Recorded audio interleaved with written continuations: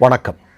Current இல்லை அப்படிங்கிற காரணத்தினால தமிழ்நாட்டில் இருக்கக்கூடிய சென்னைக்கு அருகில் இருக்கக்கூடிய வியாசர்பாடி தனியார் பள்ளிக்கு விடுமுறை விடப்பட்டிருக்கிறது. உங்களுக்கு நல்லா தெரியும், நேற்றைய தினம் செங்கோட்டையன், அருண் 2 அமைச்சர்களுக்கிட்ட ஒரு நிருபர் ஒரு கேள்வி கேட்கிறார். மின்வெட்டு அதிகமாக இருக்கே, விஜய் அவர்கள் ஆட்சி பொறுப்பிற்கு வந்ததற்கு பிறகு அதற்கு என்ன தீர்வு அப்படின்னு கேட்குறாங்க. அதற்கு 2 பேரும் சொன்ன பதில் இன்றைக்கு சமூக ஊடகங்களில் மிகப்பெரிய அளவில் வைரலாகி கொண்டிருக்கிறது. 2 பேரும் போட்டி போட்டுட்டு என்ன சொல்கிறாங்க அப்படின்னா, 20 நாட்களில் எத்தகைய மாற்றம் தமிழ்நாட்டில் வந்திருக்கு அப்படின்னு உங்களுக்கே நல்லா தெரியும் தானே. அவர் காலையிலே 10 மணிக்கு விஜய் வந்துடுறாரு. வந்தால் மத்தியானம் சாப்பிட்றதுக்கு கூட வீட்டுக்கு போகிறதில்ல. அவர் அந்த மாதிரி உழைச்சிட்ருக்காரு. அவரை மாதிரி ஒரு சிஎம்மை நீங்கள் எங்கேயாவது பார்த்ததுண்டா அப்படின்னு கேட்குறாங்க. கடைசி வரையிலும் மின்வெட்டுக்கு என்ன தீர்வு அப்படிங்கிறத 2 பேருமே சொல்லலை. சரியா? இப்போது நம்ம என்ன கேட்குறோம் அப்படின்னா, எழுத்தாளர் ஆதவன் தீட்சண்யா அவர்கள் அவருடைய சமூக வலைத்தள பக்கத்தில் இதை கிண்டல் அடித்து எழுதியிருக்கார். என்ன எழுதியிருக்கார் அப்படின்னா, உச்சபட்ச கேரியரில் ஆரம்பித்து டிஃபன் கேரியர் வழியாக இன்றைக்கு ஃபியூஸ் கேரியரில் வந்து நிற்குது அப்படின்னு அவர் கிண்டல் அடித்திருக்கிறார். தமிழ்நாட்டு மக்கள் என்ன சொல்கிறாங்க தெரியுமா? விஜய் அவர்களிடமும் விஜயினுடைய ஆட்சி நிர்வாகத்திடமும் என்ன கேட்குறாங்கன்னா, நீங்கள் கோட்டு போடுங்க, நீங்கள் வேட்டி கட்டுங்க, நீங்கள் டெய்லி ஒரு ட்ரெஸ் போடுங்க, நீங்கள் வீட்டுக்கே போகாமல் வேலை செய்யுங்க, நீங்கள் என்ன வேணாலும் பண்ணுங்க. ஆனால் தமிழ்நாட்டு மக்களுக்கு என்ன நடக்குது இப்போ பாருங்களேன்.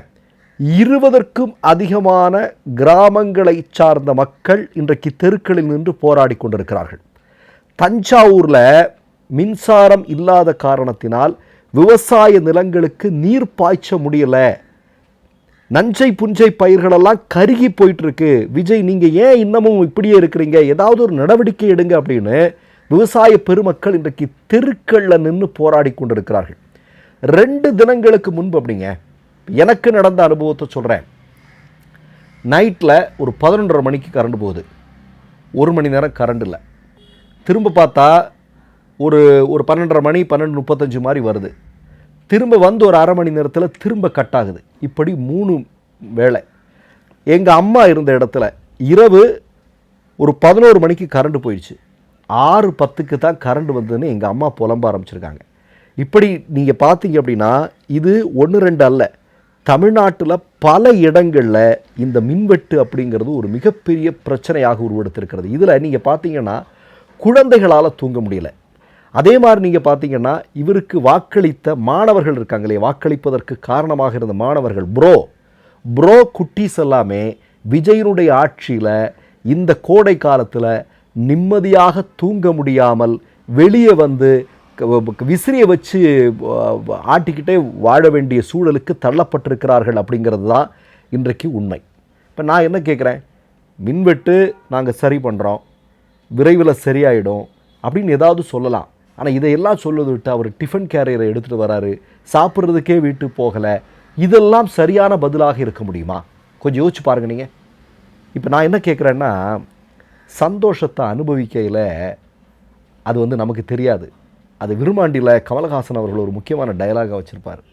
சந்தோஷத்தை அனுபவிக்கும் போது நமக்கு அதனுடைய அருமை தெரியாது. இப்போ கடந்த 5 வருடங்களை திராவிட முன்னேற்ற கழகத்தினுடைய ஆட்சியை நம்ம அனுபவித்த போது நமக்கு அது தெரியல. எல்லாம் சரியாக நடக்குதுப்பா, எல்லாமே சரியாக நடக்குதுங்கிறது இல்லை. ஆனால் 90% விஷயங்களும் சரியாக நடந்தது. 10% குறைபாடுகள் இருந்தது, மறுப்பதற்கில்லை. ஆனால் என்ன தெரியுமா, இன்றைக்கு 90% குறைபாடுகளாகவும் ஒரு 10% தான் ஏதோ 1-2 அப்படிங்கிற மாதிரியான ஒரு சூழலுக்கு தமிழ்நாடு தள்ளப்பட்டிருக்கிறது அல்லவா? கொஞ்சம் யோசிச்சு பாருங்கள் நீங்கள். ஒன்றும் இல்லைங்க, இவங்க ஆட்சி பொறுப்பு வந்துட்டாங்க. 30 நாளில் பாருங்கள், மின் வாரியம் தொடர்பான விஷயங்கள்லேயே எவ்வளவு பெரிய திருட்டுக்கள் நடந்திருக்கு அப்படிங்கிற பாருங்கள். சர்வசாதாரணமாக திருட்டுக்கள் நடக்குது. இப்போ நீங்கள் பாருங்கள், ஏற்கனவே பெண்களுக்கு பாதுகாப்பு இல்லை, ஏற்கனவே பெண்களுக்கு எதிரான வன்முறைகள் அதிகரித்து வருகிறது.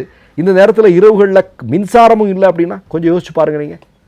அப்போ ஒட்டுமொத்தமாக நீங்கள் பார்த்தீங்க அப்படின்னா நிர்வாகம் அவ்வளோ பெரிய சிக்கலாக இருக்கிறது. இன்னொரு செய்தியை நான் சொல்லிடுறேன். இன்றைக்கி அரசு பேருந்தில் பவானி டு ஒசூருக்கு போகக்கூடிய ஒரு அரசு பேருந்து, அதில் ஒருத்தர் டிக்கெட் எடுத்திருக்கிறார்.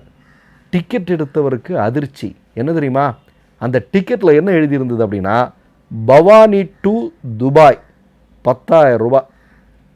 அதிர்ச்சி ஆயிடுச்சு. இன்றைக்கி சமூக ஊடகங்களில் அந்த செய்தி வந்து பெரிய அளவில் வைரல் ஆகி கொண்டிருக்கிறது. நான் என்ன கேட்குறேன்னா, எல்லா நிர்வாகங்கள்லையுமே அவ்வளோ பெரிய தோல்வி இல்லையா நம்ம கண்கூடாக பார்த்து கொண்டிருக்கிறோம். இதில் ஏதோ வந்து ரீல்ஸ் போட்டு நீ ஒப்பேற்றலாம் அப்படின்னு பார்த்தா அது நடக்க போகிறதில்ல. இதில் வேறு திமுக தான் இதுக்கெல்லாம் காரணம்னு சொன்னால் இனி அதை மக்கள் நம்ப மாட்டாங்க. ஏன்னா கடந்த காலங்களில் அதை ஏதோ இந்த மாதிரி ரீல்ஸை போட்டு கொஞ்சம் மக்களை ஏமாற்ற முடிஞ்சுது. இனி அப்படி ஏமாற்ற முடியுமா? இப்போ நான் என்ன சொல்கிறேன்னா, நீங்கள் நிர்வாகத்தை ஒழுங்காக கவனிங்க. அதுதான் ரொம்ப முக்கியமானது. மக்கள் அவ்வளோ பெரிய சிரமத்துக்குள்ளே இருக்கிறாங்க, பெரிய பிரச்சனைகளை சந்திச்சுட்டு இருக்கிறாங்க. கரண்ட் இல்லைன்னா ரொம்ப கஷ்டம். அது பாருங்கள், நீங்கள் முதல்ல பெரும் நகரங்களில் இருந்தது, இப்போ கிராமங்களை நோக்கியும் சென்று கொண்டிருக்கிறது.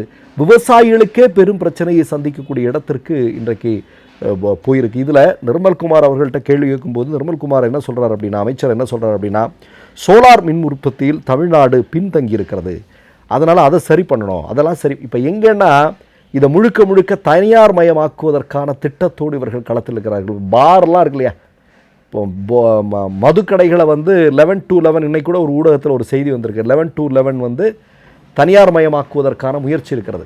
அதே மாதிரி இந்த மின் வாரியம் மின் தொடர்பான விஷயங்களையும் தனியார் மயமாக்குவதற்கான திட்டங்கள் இவர்கள் போட்டு கொண்டிருக்கிறார்கள். அது எப்போவோ ஊடகங்கள் சொல்லிட்டாங்க. அதுக்காக தான் இந்த மாதிரியான திட்டங்களை தீட்டுகிறார்களோ என்கிற ஐயம் கூட தமிழ்நாட்டு மக்களுக்கு இருக்கிறது. ஒட்டுமொத்தமாக ஏன் தாவாக்காவிற்கு வாக்களித்தோம், ஏன் விஜய்க்கு வாக்களித்தோம் என்று கதற துவங்கி இருக்கிறார்கள் மக்கள். நீங்கள் பல இடங்களில் பார்த்தீங்கன்னா தெருக்களில் வந்து போராடி கொண்டிருக்கிறார்கள். என்ன செய்ய போகிறார்கள்னே தெரியல. மற்றொரு நிகழ்வில் சந்திப்போம். நன்றி, வணக்கம். 3 யூடியூப் சேனல்கள் வியாபாரத்திற்கு இருக்கிறது. தேவைப்படுபவர்கள் இந்த எண்ணுக்கு தொடர்பு கொள்ளுங்கள். மை நேம் இஸ் ரெட் சேனலை சப்ஸ்கிரைப் பண்ணிக்கோங்க. அதுக்கப்புறமா பக்கத்தில் இருக்கிற ஜாயின் பட்டனை கிளிக் பண்ணீங்கன்னா ஒரு நியூ பேஜ் ஒன்று ஓப்பன் ஆகும். அதுலேயும் ஜாயின் பட்டனே கிளிக் பண்ணிக்கோங்க. அதில் பார்த்தீங்கன்னா credit R debit card options இருக்கு. இதில் உங்களுக்கு விசா, மாஸ்டர் கார்டு, ரிப்பே அப்படின்னு 3 ஆப்ஷன்ஸ் கொடுத்துருக்காங்க. அதில் நீங்கள் எந்த கார்டு சூஸ் பண்ணுறீங்களோ அந்த கார்டோட நம்பர் என்டர் பண்ணிக்கோங்க. அப்புறமா கார்டோட வேலிடிட்டி மந்த் அண்ட் இயரை டைப் பண்ணிக்கோங்க. அடுத்தபடியா உங்க கார்டோட பின்னால CVC கோடுன்னு சொல்லிட்டு 3 நம்பர்ஸ் கொடுத்துருப்பாங்க. அந்த நம்பரை இதில் என்டர் பண்ணிக்கோங்க. அப்புறமா அட்ரஸ் அண்ட் இன்ஃபர்மேஷன் என்டர் பண்ணிட்டு பைங்கிற பட்டனை கிளிக் பண்ணிக்கோங்க. ஒருவேளை உங்க கார்டு நம்பர் இன்வாலிட்னு காமிச்சிச்சுன்னா உங்க கார்டுல இன்டர்நேஷனல் யூசேஜை எனேபிள் பண்ணுங்க.